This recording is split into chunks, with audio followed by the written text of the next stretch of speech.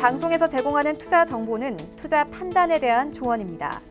방송에서 제공하는 주식의 가치, 가격 상승 및 가격 하락에 대해서는 방송사에서 보장하지 않습니다.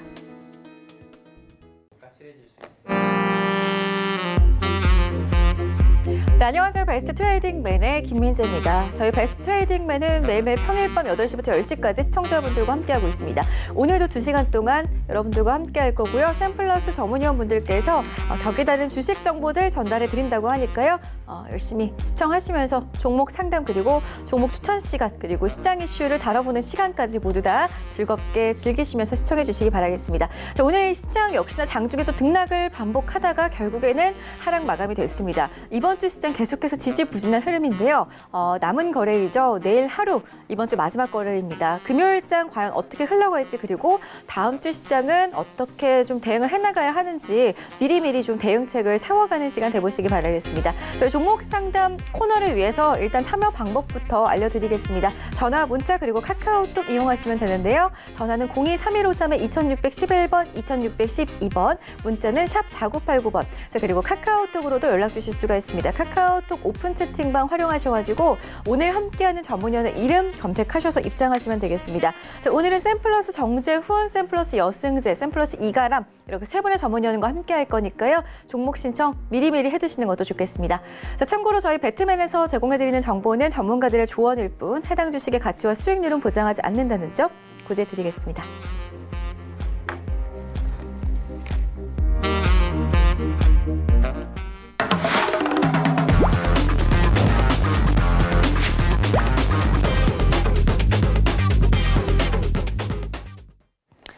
네, 오늘 저희 배트맨을 책임져 주실 세 분의 전문위원 소개해드리겠습니다. 여승재 전문위원, 그리고 정재훈 전문위원, 그리고 오늘 새로운 얼굴 등장하셨네요. 이가람 전문위원 자리하셨습니다. 안녕하세요. 안녕하세요. 네, 반갑습니다. 자, 우리 이가람 위원님은 오늘 처음 뵙는 분이에요. 우리 시청자분들께서도 궁금해하실 것 같거든요. 앞으로 각오한 말씀 그리고 인사 말씀 부탁드리겠습니다.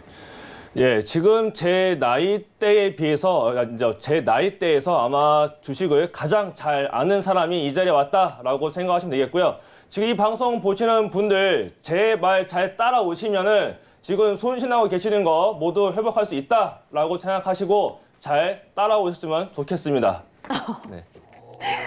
저희 배트맨 위원분들 중에 가장 씩씩하신 분인 것 같아요. 앞으로 많은 기대해 주시기 바라겠습니다. 이가람 전문위원의 개인 톡방도 찾아가셔가지고 오늘 또 새로운 위원 등장하셨으니까요. 새로운 위원께 또 종목 상담 받아가는 그런 새로운 기분으로 또 새로운 진단까지 받아가는 시간 챙겨가시기 바라겠습니다. 자, 저희 그럼 본격적인 시작에 앞서서 코스피 시장 전망부터 늘 체크를 해보고 가는 시간이니까요. 바로 짚어보도록 하겠습니다. 오늘 시장이 역시나 양시장이 약보합권위로 마감이 됐습니다. 코스피 코스닥 자꾸만 이렇게 이번 주 시장에서는 하락세가 나오는 모습인데요. 지금 잠깐의 조정으로 봐야 하는 건지 아니면은 이제 곧 5월이 벌써 시작이 되는데요. 5월 시장에서는 또 양시장의 모습이 어떻게 흘러갈지 세 분과 함께 이야기 나눠보겠습니다. 시장이 오늘도 좀 빠졌어요. 그죠? 네. 이게 더 빠질까요? 어떻게 될까요?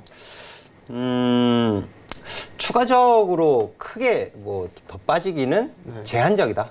저는 일단 그렇게 보고 있는데, 네. 그래 또 올라가기도 조금 크게 이렇다 할 호재가 없잖아요. 그죠? 네. 근데 사실 오늘 저는 조금 그래도 기대는 조금 하고 있었던 부분이 있었어요. 어떤 이제 부분? 중국에서 이제 실물 경제 지표가 잘 나오다 보니까 그렇죠. 그 경제 지표 잘 나오다 보니까는 이제 경기 부양책 축소에 대한 분석 이런 부분들이 제기되면서 좀 투자 심리는 좋지 못했었는데 이 부분이 이제 그 리커찬 총리가 그런 부분을 의식을 했는지 네. 중국 경제가 이제 하방 압력에 놓여서 감세 등으로 대응하겠다 이런 방침을 좀 표명을 했거든요. 이런 부분들에 있어서 또 그 인민은행에서 유동성 공급 소식도 있었고 그렇죠. 중요하게 다뤄지지는 않았지만 그런 부분들이 있어서 은근 좀 내심 좀 기대한 부분이 있었는데 네. 결국 뭐 오늘 시장은 또 SK 하이닉스 실적 발표도 있었고 또 달러 강세가 좀 부담이 되지 않은가. 그래서 좀 약세 마감하기는 했는데 저는 이제 조만간에 좀 저점을 잡으려는 좀 수급 변화가 나타나지 않겠는가. 그건 그렇게 보고 있습니다.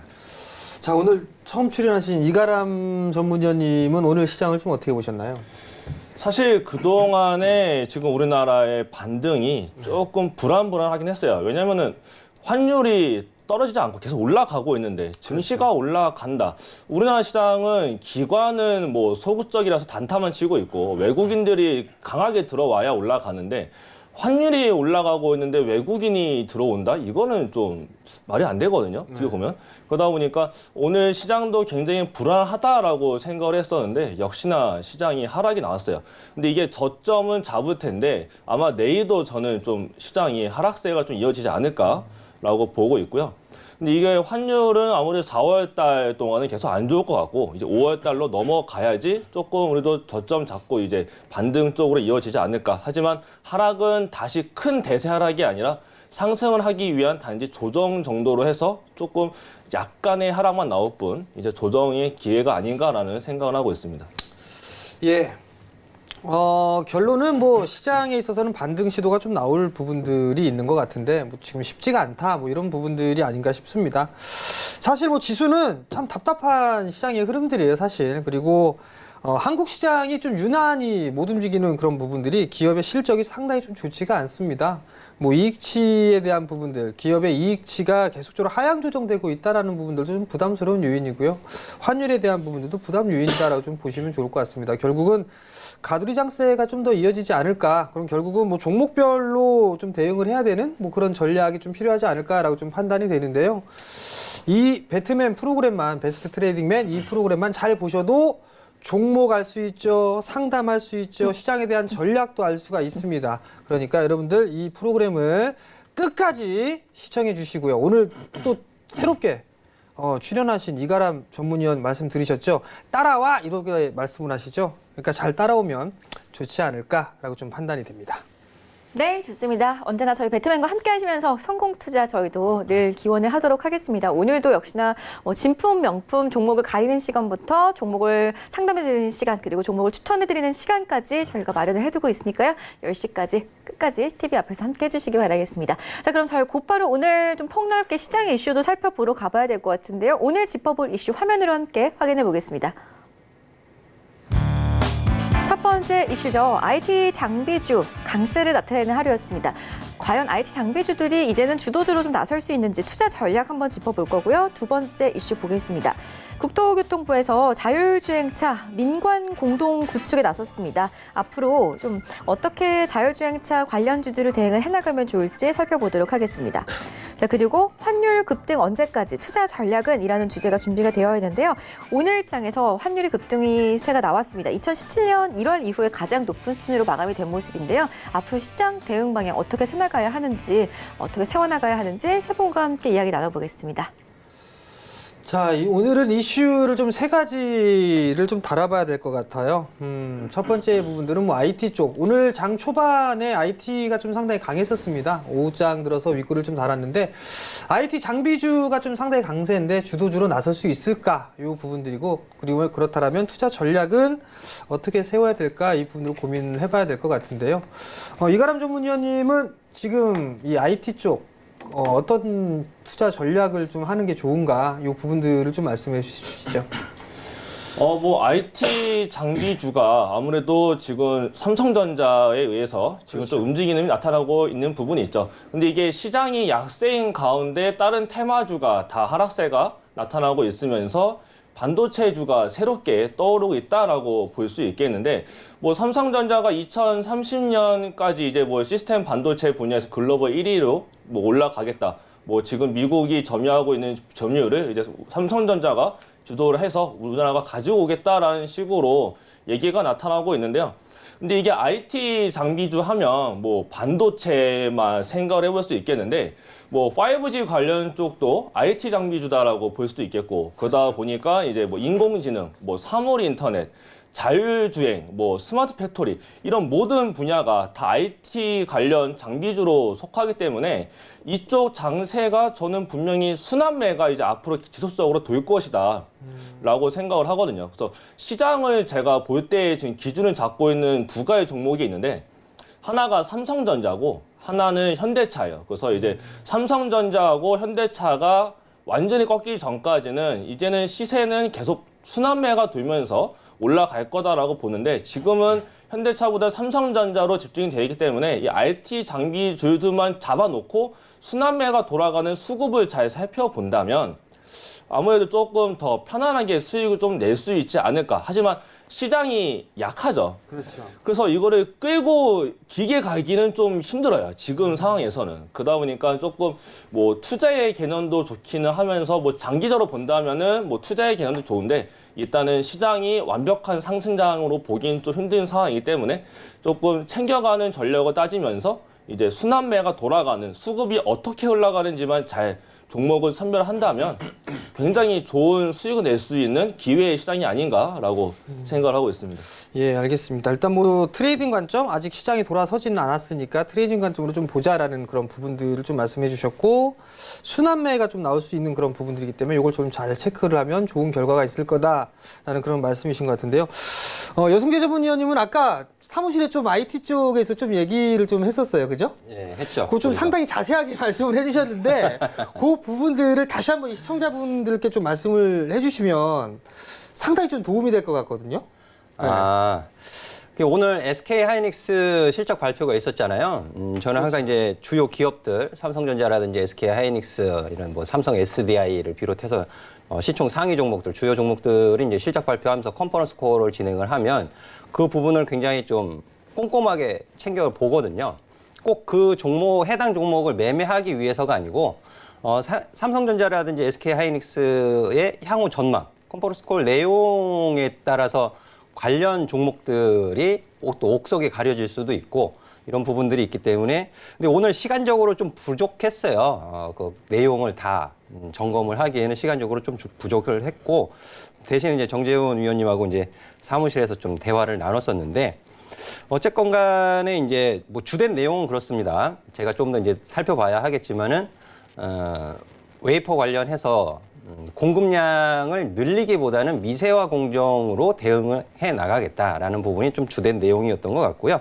자, 일단 개별 종목 장세예요. 지금은 삼성전자의 그 130조 원이 넘는 투자에 의한 개별 종목 장세. 근데 이 부분이 아직 특별히 수혜를 볼 수 있는 기업은 아직 가려지지 않았어요. 가려지지 않았고 지금은 단지 기대감에 의해 올라가는 거죠. 그래서 제가 이 코스피 전기전자서부터 해서 코스닥, IT 하드웨어, 그리고 반도체 이런 부분들 업종 차트를 좀 보여드릴게요. 그 업종 내에서도 주도주는 분명히 있습니다. 업종 내에서 분명히 주도주는 있고 근데 코스피 시장에서의 전기전자 업종 흐름을 보시면 어때요? 이때 조정의 추세를 벗겨내던 시기 요 1월 넷째 주 여기는 오늘 SK 하이닉스 실적 발표했듯이 4분기 실적 발표한 주예요. SK 하이닉스의 잠정 실적 발표가 나왔던 주입니다. 그 이후의 흐름을 보세요. 실적이 안 좋을 거라는 부분은 시장에서 다 전망을 하고 있는 부분이죠. 근데 오늘 SK 하이닉스의 종가 기준으로 보면은 실적 자체는 전분기 대비해서 많이 안 좋았지만 주가는 위에서 마감을 했단 말이에요. 그게 시장의 평가예요. 그리고 전기전자의 큰 흐름에서는 지금 방향성 없는 횡보 구간이다라는 부분 좀 꼭 인지를 하고 보시면 더 좋을 것 같고요. 그리고 코스닥 IT 부품으로 넘어가면 오늘 이제 시스템 반도체 관련된 종목들 윗꼬리를 달았어요. 윗꼬리 달았고 일부 종목들에서는 외국인들의 차익 매도 물량이 출회되는 것이 포착이 되었거든요. 그럼 IT 부품에서 지금 2주 연속 음봉을 그리고 있단 말이에요. 그럼 이 IT 부품에서의 시총 상위 종목, 어쩌면 대장주 역할을 할 수 있는 종목들은 의외로 못 가고 있다라는 부분을 좀 확인을 시켜드리는 것이고요. 대신에 상승의 추세는 살아있는 거예요. 그러니까 제가 좀 도도하게 매매를 하시면 좋겠다고 화요일 날 말씀을 드렸죠. 지지해주면, 지지받아주면 내가 매수해 줄게. 이런 마인드로 좀 접근을 하시면 더 좋을 것 같고, 그리고 반도체도 마찬가지예요. 4월 첫 주에 큰 폭의 상승이 있었지만 지금 3주째 쉬고 있잖아요. 그죠?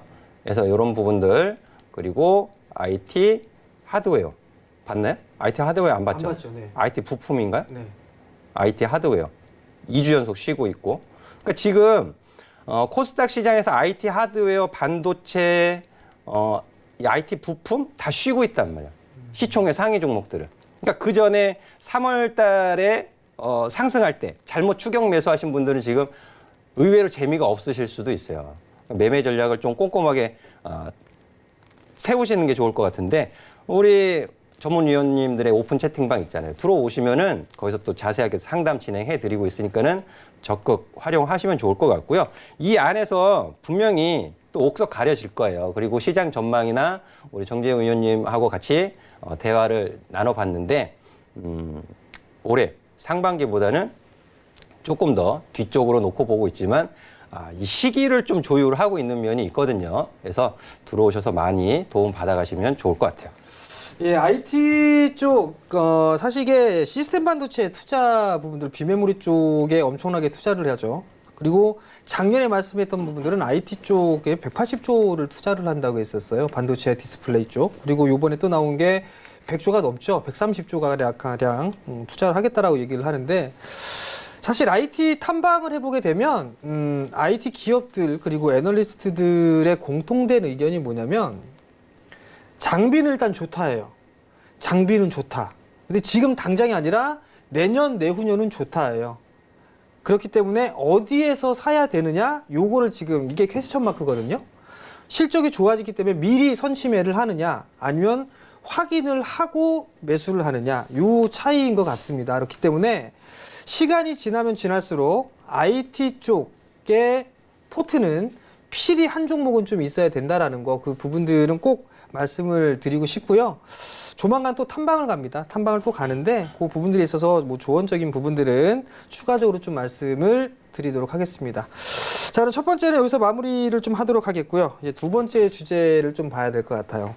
두 번째 주제는 이제 국토교통부에서 자율주행차 민관 상호협력 업무 협약을 좀 발표를 했습니다. 뭐 여기에 따라서 또 테마주 뭐 형성이 좀 될 가능성이 좀 높지 않을까라고 좀 판단이 되는데요.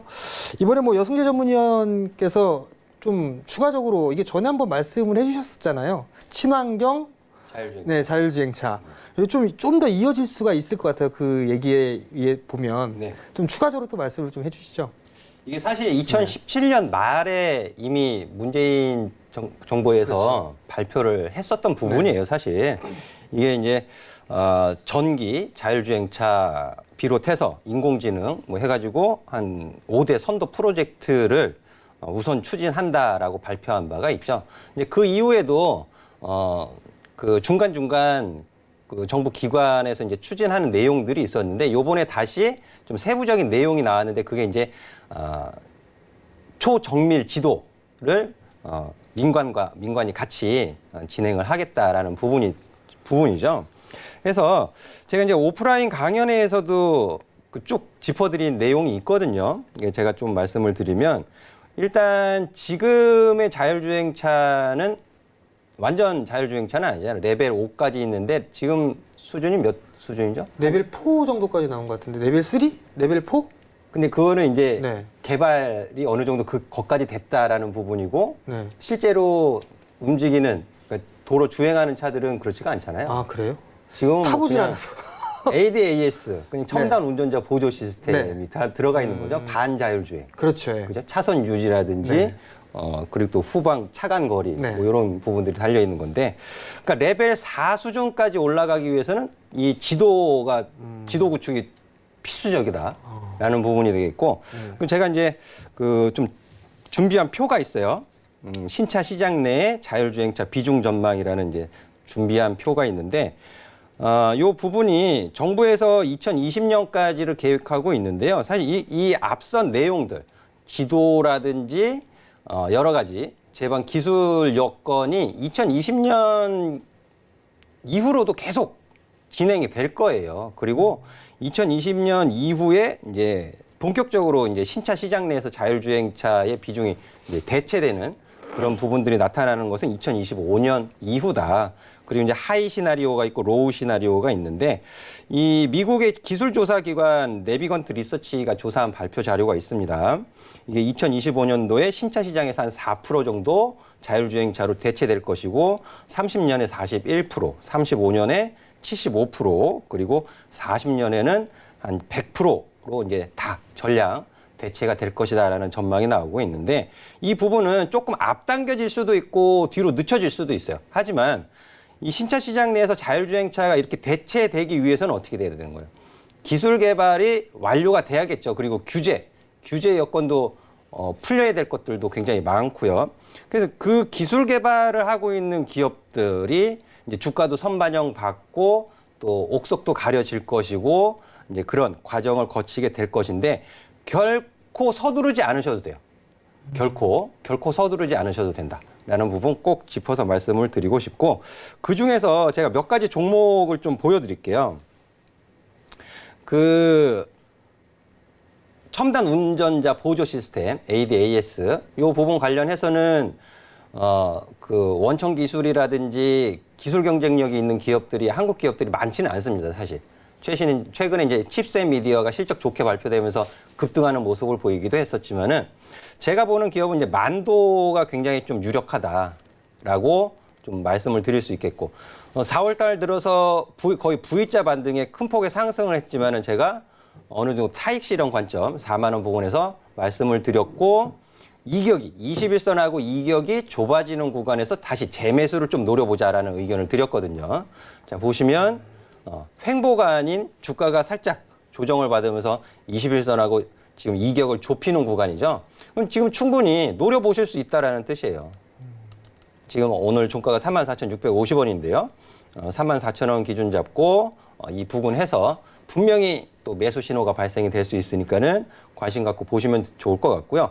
그 외에 이제 그 내일 국토교통부에서 발표하는 보면은 KT, LGU 플러스, SK텔레콤을 비롯해서 여러 기업들이 또 참여를 합니다만, 제가 이제 그 잘 알려지지 않은 신규 상장 종목입니다. 엔지스 테크놀로지라고.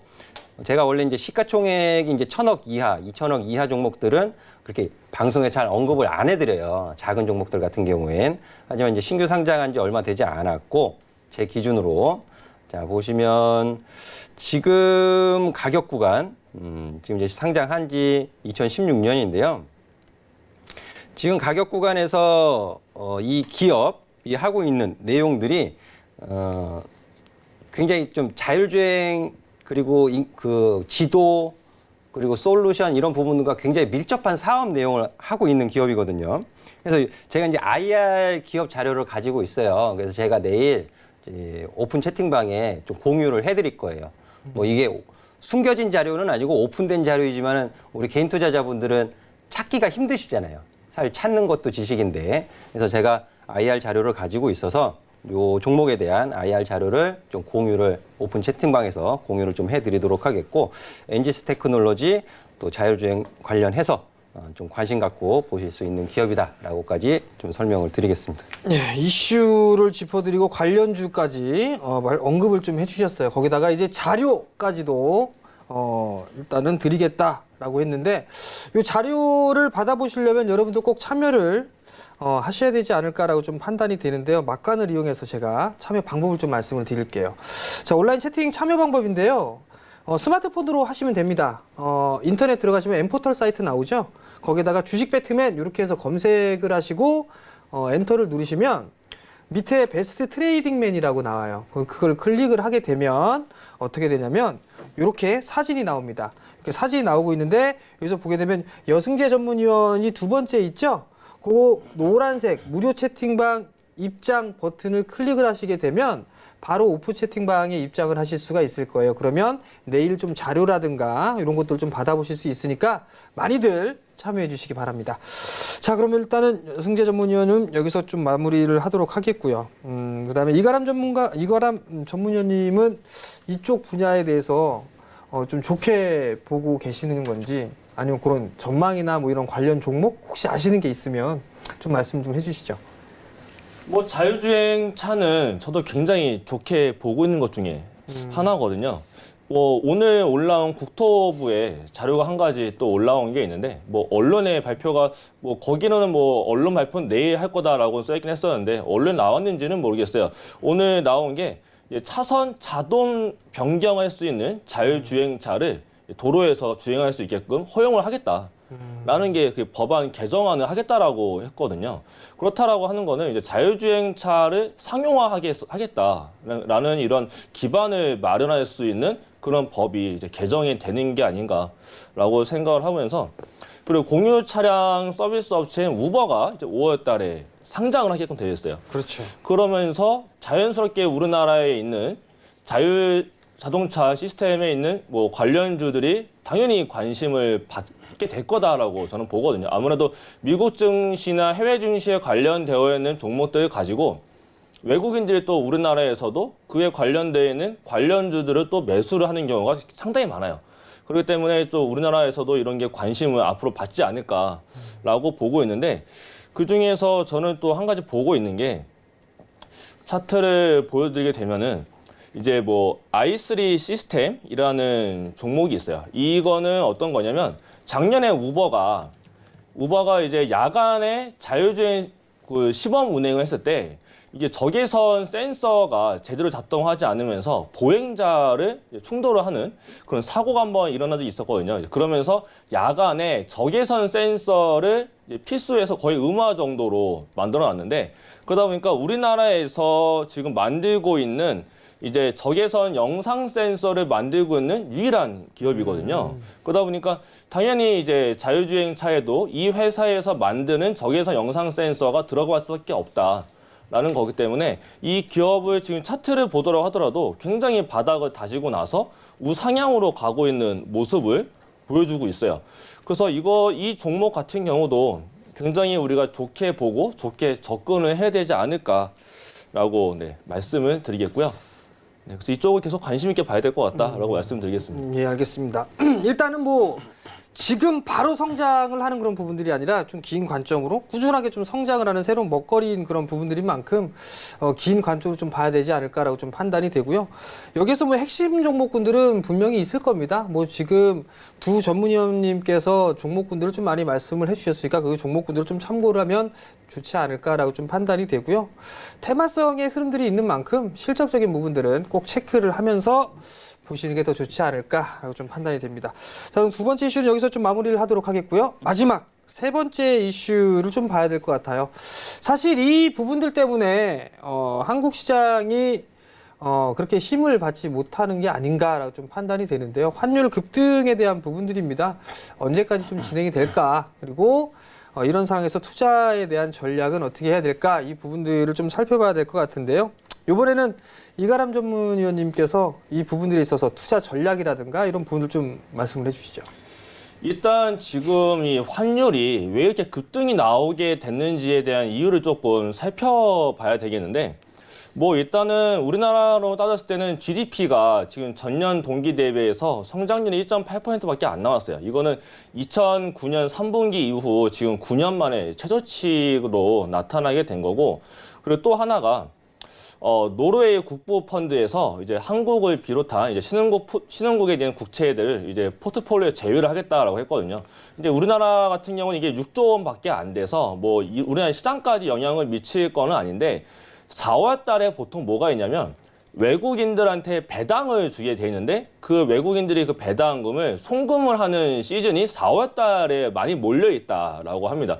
그러다 보니까 이제 외국인들의 달러가 많이 나가고 있는 상황이 되겠는데, 이제 그런 수급 불안의 심리가 이제 자극이 되다 보니까 이제 아무래도 달러의 이제 환율의 급등이 나올 수밖에 없는 상황이었다라고 볼 수 있게 되겠고, 그것도 최근 들어서 국제 유가가 굉장히 급등세가 나타났어요. 그러다 보니까 이 유가를 사기 위해서는 달러를 쓸 수밖에 없거든요. 그러면 그렇죠. 달러를 많이 쓰다 보니까 당연히 원화가 환율이 급등을 할 수밖에 없는 상황이 나올 수밖에 없겠고, 이제 다시는 이제 여기서 이제 어떻게 우리가 그러면 어느 종목군으로 투자를 해야 되냐라고 봤을 때, 제가 지금 차트를 보여드리게 되면요. 지금 여기서 이제 제가 상대 차트를 하나 보여드릴 건데, 요 빨간 선이 우리나라 원화가 되겠고요. 요 파란 선이 위안화예요. 지금 위안화는 굉장히 약세에 있고, 요 위안화 대비해서 우리나라는 굉장히 원화 강세거든요. 이제 이렇다라고 하는 거는 이제 이게 뭐가 있냐면, 일본이 이제 27일부터 5월 6일까지 이제 봄철 골든 위크가 있고, 중국이 노동절이 있어요. 5월 1일부터 이제 5월 4일까지 노동절이 있는데 외국인들이 우리나라로 상당히 많이 방문을 한다라고 합니다. 실제로 서울에 있는 호텔들 같은 경우는 예약률이 이미 20% 이상 증가를 했다라고 발표를 했을 정도로 이번 시즌에 굉장히 많이 들어올 텐데 특히 중국인들이 약화되어 있는 위안화, 우리나라는 그에 반대로 원화가 강세이기 때문에 중국인들이 와서 물건을 사가지고 가기에 굉장히 좋은 시즌이에요.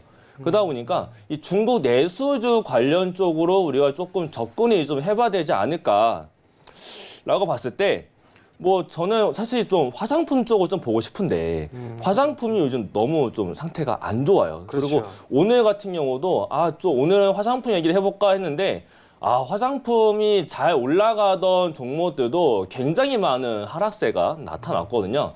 그러다 보니까 이제 뭐 호텔 신라나 이런 면세품 쪽으로 접근해 볼 수 있겠는데 호텔 신라는 이미 많이 올라가 있는 상태에서도 앞으로 뭐 더 올라갈 수는 있겠지만 제가 또 연초부터 굉장히 좋게 보고 있는 종목이 한 가지 있는데 그 글로벌 텍스프리라는 종목이 있습니다. 이 글로벌 텍스프리 같은 경우에는 4호 면세점이에요. 4호 면세점.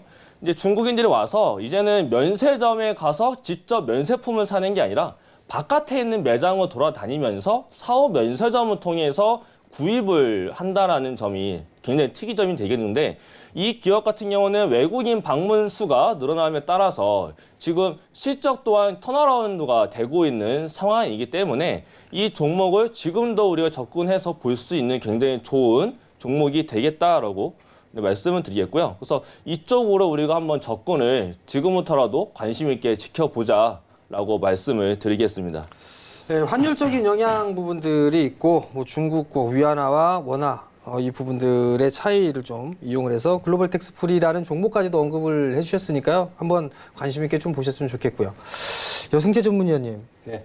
이 시장이 환율이 이게 계속 이러면 더 힘들지 않을까요, 사실 이게?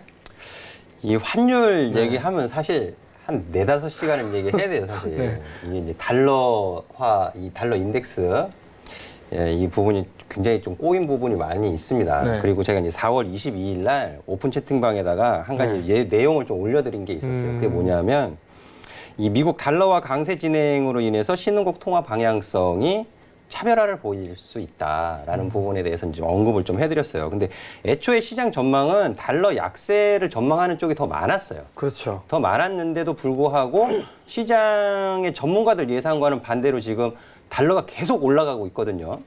달러 강세 이런 부분들이 굉장히 시장이 좀 고민거리가 되고 있다라는 부분인데요. 지금 이제 유럽하고 일본도 경기 하강 징후가 강화되는 추세입니다. 그리고 원래 시당초에는 ECB 쪽에서 올 2019년도 여름께는 금리 인상을 할 것이다라는 소리를 작년에 했었거든요. 근데 그 얘기가 올해 쏙 들어갔잖아요. 그러니까 상대적으로 미국의 경기가 좀 호전? 상대적인 거예요. 상대적으로 미국의 경기가 더 좋다 보니까는 달러화에 대한 수요. 물론 이제 우리 이가람 전문위원이 그 원화 요 부분 설명해 드리면서 달러의 수요 이런 부분들도 짚어드렸는데 시장 예상과는 전혀 다르게 지금 달러와 수요가 높아지고 있다라는 부분이 이제 부담이 되고 그게 왜 중요하냐면 중국 기업들의 중국 은행도 그렇고 기업들도 그렇고 달러화 표시 부채라든지 은행권의 달러화의 보유 금액이 좀 안 좋아요, 지금 상태가. 그러니까 글로벌 금융시장에서는 적극적인 스탠스를 취하기가 좀 어려운 상태라는 부분이죠. 그러다 보니까는 오늘 한국 1분기 경제 성장률도 좋지 못하고 또 한국으로의 자금 유입도 기대하기가 조금 어렵고 그러니까 시장 전반적으로 외국인 수급을 지금 좀 기대하기에는 주변 여건이 우호적이지 않다. 그 정도를 인지하고 있는 상태에서 종목 주가를 보셔야 내가 원하는 유리한 가격에서 매수하실 수 있는 거지 그냥 차트 그림만 보고 들어가셨다가는 지금 낭패 보고 쉽다라는 부분이죠. 그래서 이런 부분들도 제가 중간중간 채팅방에다가 금융시장 주변 동향을 올려드리니까는 오셔서 정보 얻어 가시면 좋을 것 같아요. 환율이 원화 약세가 지속되게 된다라면 외국인 매도에 대한 부분들은 좀 나올 수가 있을 것 같고요. 일단 뭐 지금 전망을 보니까 1,200원 정도대까지는 열어놔야 되지 않겠느냐라는 그런 전망들도 좀 나오고 있습니다. 사실 차트를 보면 1,190원대에 갭이 하나 있어요. 갭이 하나 있는 그런 부분들이 있기 때문에 뭐 요거는 좀 메우지 않을까, 뭐 요 정도는 좀 생각을 해볼 수가 있을 것 같고요.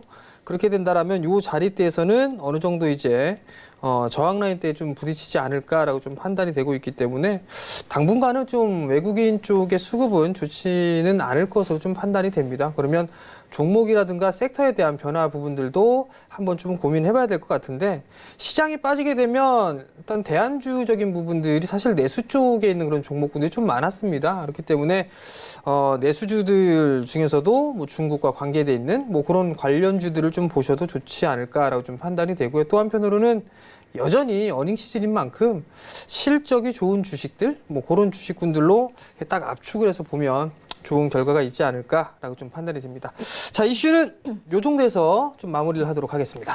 네, 저희가 시장 이슈를 좀 짚어봤습니다. 이번에는 범위를 좀 좁혀서 종목들, 요즘에 좀 최근에 이슈가 되고 있는 종목들 중에 과연 어떤 종목이 정말 잘 갈 수 있는 종목이고 어떤 종목은 잠깐 좀 주춤할 만한 종목인지 저희가 진짜 종목과 가짜 종목을 가려드리는 시간으로 이어가 보도록 하겠습니다. 종목 진품 명품 코너로 이동하겠습니다.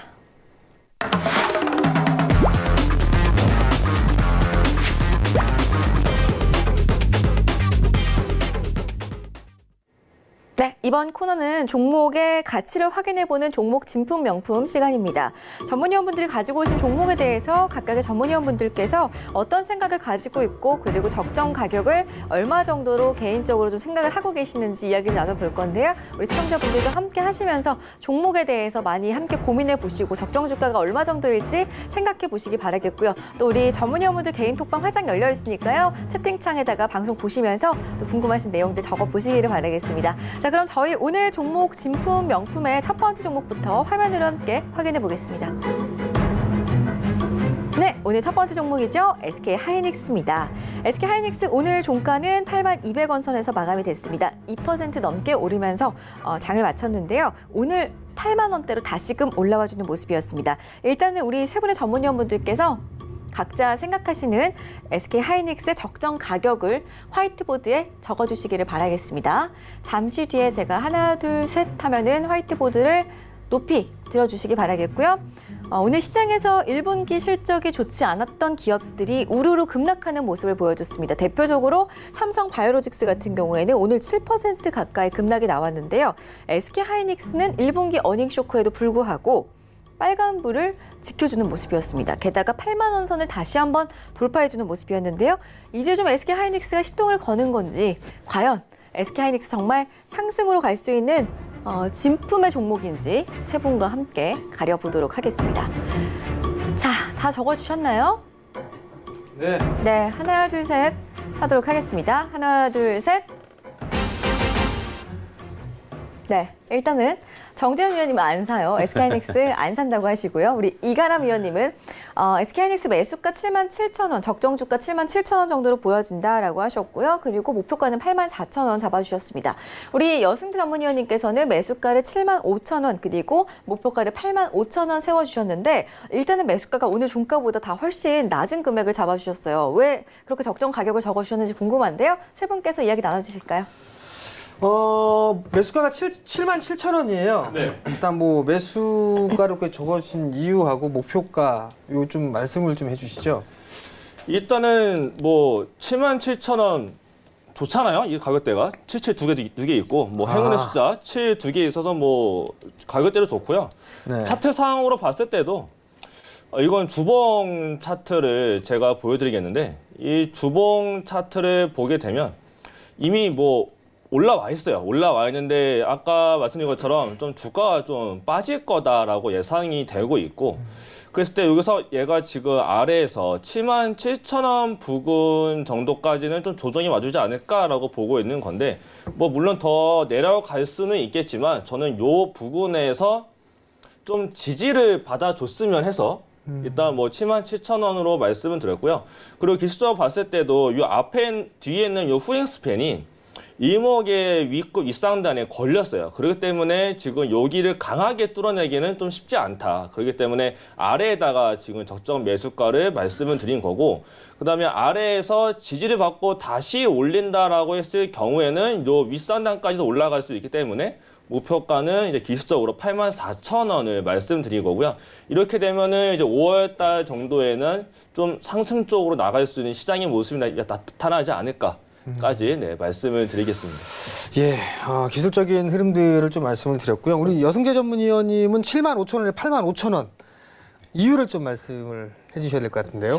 사실 삼성전자나 SK하이닉스를 가지고 기술적인 매매를 하기에는 좀 무리가 있습니다. 그렇죠. 그 반도체 업황이라든지 네. 이런 부분들 감안해서 봐야 하긴 하는데, 그렇다 하더라도 기술적인 부분을 무시를 할 수는 없죠. 기술적인 부분과 또 오늘 실적 발표했잖아요.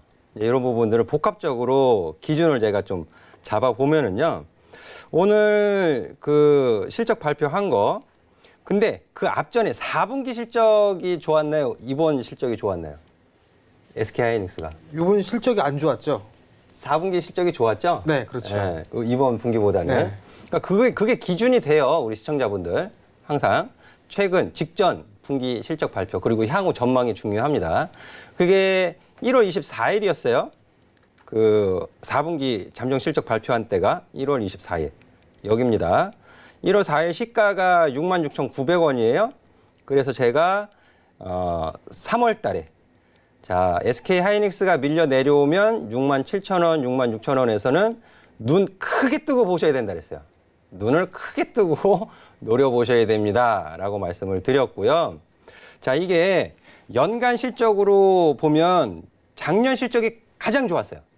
근데 작년 주가 흐름은 안 좋았죠. 왜 안 좋았어요? 선 반영이 된 거죠. 그리고 앞으로 안 좋을 것이다. 2018년 9월 달서부터 집중적으로 피크아웃 논란이 됐거든요. 그러니까 안 좋을 것이다라는 전망이 있으니까는 하락 추세대를 만들어버린 거죠. 2018년도에. 그렇죠? 그러면 2018년도 실적 대비해서 올해 실적, 연간 컨센을 비교를 해보면요.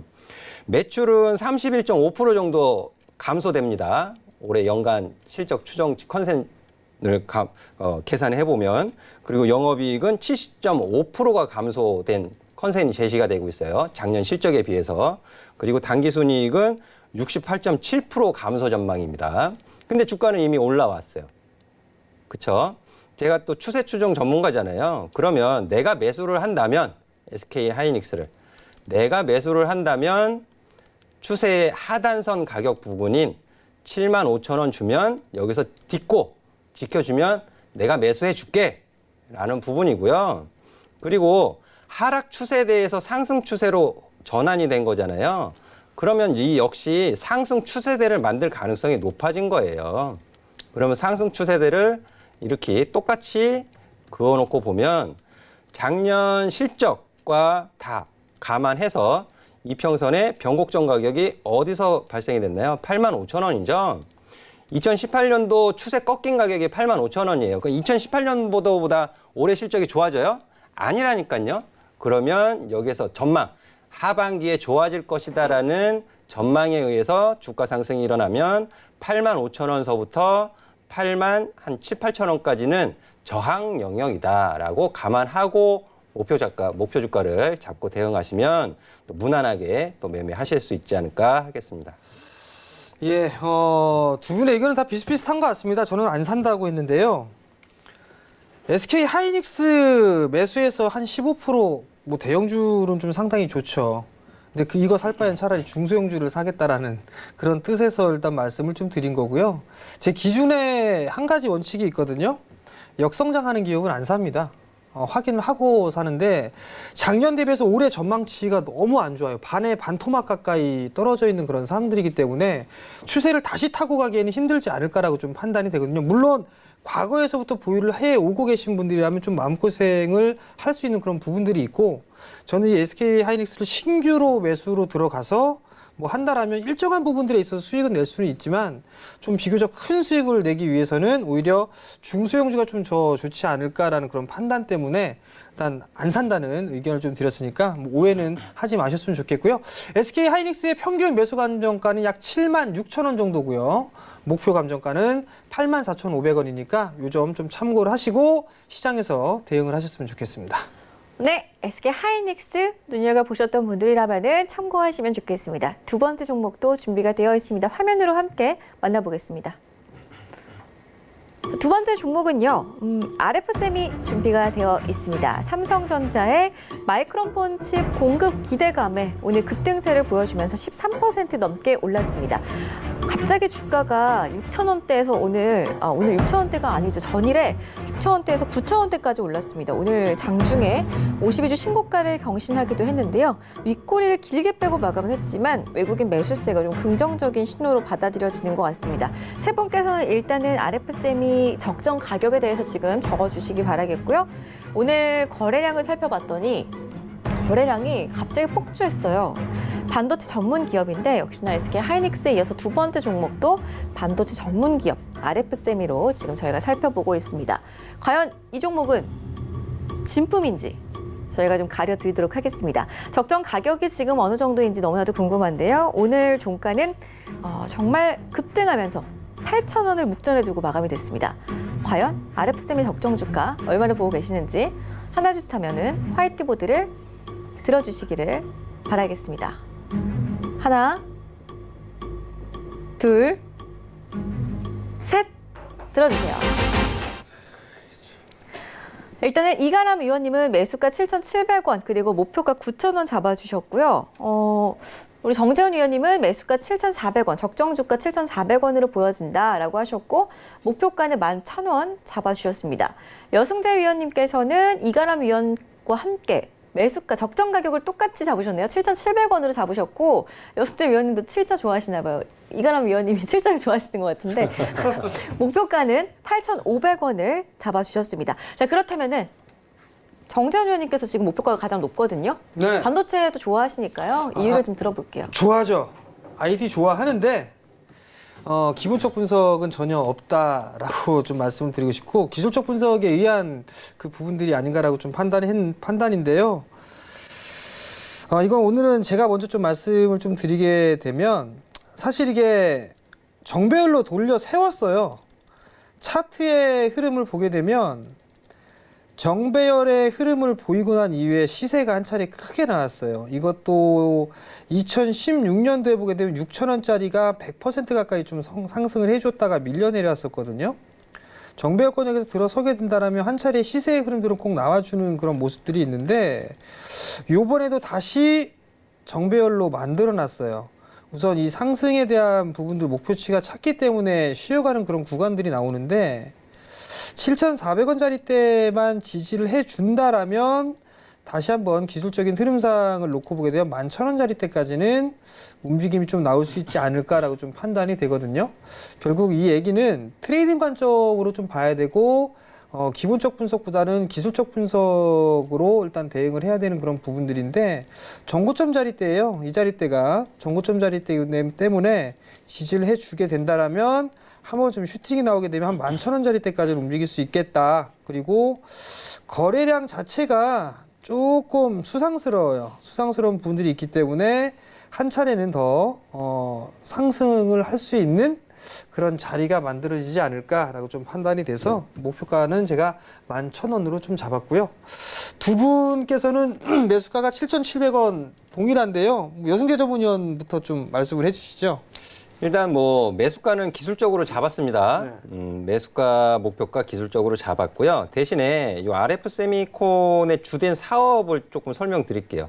왜 설명을 드리냐면 RF 세미콘의 주된 사업 영역이 수급 주체라든지 이런 시세에 영향을 줄 수 있는 사람들이 수급 주체들이 좀 다루기가 뭐랄까요? 그러니까 좀 혹하게 만들 수 있는 사업을 하고 있는 것 같아요.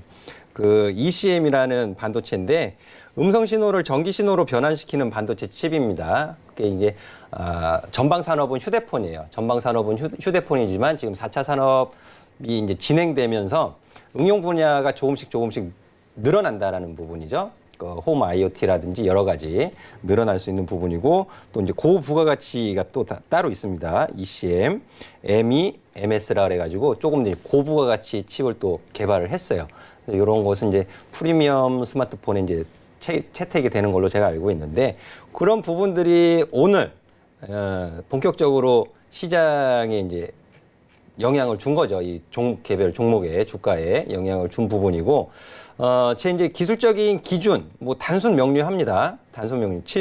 우리 이가람 전문위원도 저랑 같은 매수가를 좀 책정을 해 주셨는데, 앞전에 4월 12일에 시가가 7,680원이고요. 오늘 종가, 오늘 이제 분봉 차트상의 주가 흐름을 보시면 7,700원. 7,700원 가격이 여기 이제 수급 관련해가지고 10시 15분경 시가가 7,690원이에요. 그러니까 기술적으로 이 가격을 이탈시키는 것은 좋지 못해요. 기술적으로. 그러니까 이 가격에서만 매수를 해보자. 그리고 이제 대신에 리스크 관리하는 가격은 짧게 잡으셔야겠죠. 그리고 일간으로 다시 넘어가 보면 자, 오늘 고가가 9,080원인데요. 위로 보시면 저는 이제 8,500원이 목표가이지만 정확하게 말씀을 드리면 8,500원 위로는 수익 실현 하시라는 뜻이에요. 수익 실현 하시라는 뜻이고 우리 정재훈 위원님이 전문위원님이 11,000원 제시해 주셨는데 8,500원 위로 9,000원, 만원, 11,000원까지 갈 수 있습니다만 끊어 가세요. 그러니까 그렇죠. 한 번에는 못 가요. 그죠? 그렇죠. 이건 매도는 분할 매도예요. 한 번에 절대 못 가. 한 번에 절대 못 가니까 끊어 가시면서 기술적인 매매하시면 될 것 같아요. 네. 이가람 전문위원님도 한 말씀 해주셔야죠. 네, 일단 뭐 이 종목 보게 되면은 요 앞전에 요거 지금 일봉 차트가 되겠는데요. 이 차트를 보시게 되면은 요 앞에서 나왔던 부분이 보게 되면은 요런 제가 지금 표시를 하고 있는 부분들이 이제 나타나겠는데 요런 데가 보이실 거예요. 여기가 이제 지지가 나왔던 부분이었고 그 다음에는 저항, 그 다음에 또 저항. 이번에 이 저항을 뚫어내면서 마감을 했어요. 그렇다고 하는 거는 이제 요 저항대가 지지가 될 수 있다. 이건 이제 지지와 저항이라는 기술적 분석의 가장 기본적인 내용이 되겠는데 이를 저항을 뚫어냈기 때문에 이 저항 라인이 이제는 지지 라인으로 형성이 돼야 된다는 관점이거든요. 그렇다면 요 7,700원까지 내일 눌림이 오게 되면 눌림 시에 매수를 봤을 때 또 월봉상 차트를 보게 되면 요 하단 위에 상단 내려오고 있는 추세 하단 상단이 9,000원 라인대가 돼요. 그렇기 때문에 9,000원 라인대까지는 그래도 이제 다시 한 번 더 이 돼지 쪽이 난리가 나서 뭐 우리나라까지 옮겨오지 않는 이상 이제는 돼지 쪽보다는 삼성전자 위주로 가지 않을까라는 관점에서 이 거래량도 터진 부분이 있고 그렇기 때문에 이 종목은 윗꼬리를 다시 채우러 가는 형태가 나타날 것이다라는 관점으로 해서 역시나 말씀드린 것처럼 9,000원까지 한 번에 보는 게 아니라 분할 매도를 철저하게 보시면서 챙겨가는 전략으로 보시면 되겠습니다.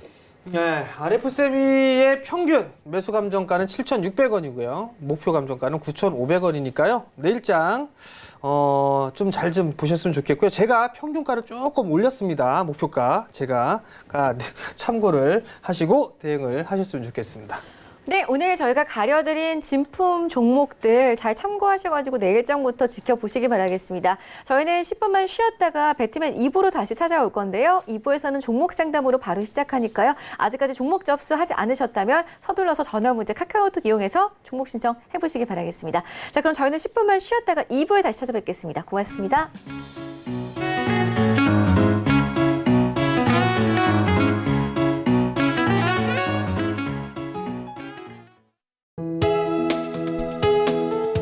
방송에서 제공하는 투자 정보는 투자 판단에 대한 조언입니다. 방송에서 제공하는 주식의 가치, 가격 상승 및 가격 하락에 대해서는 방송사에서 보장하지 않습니다.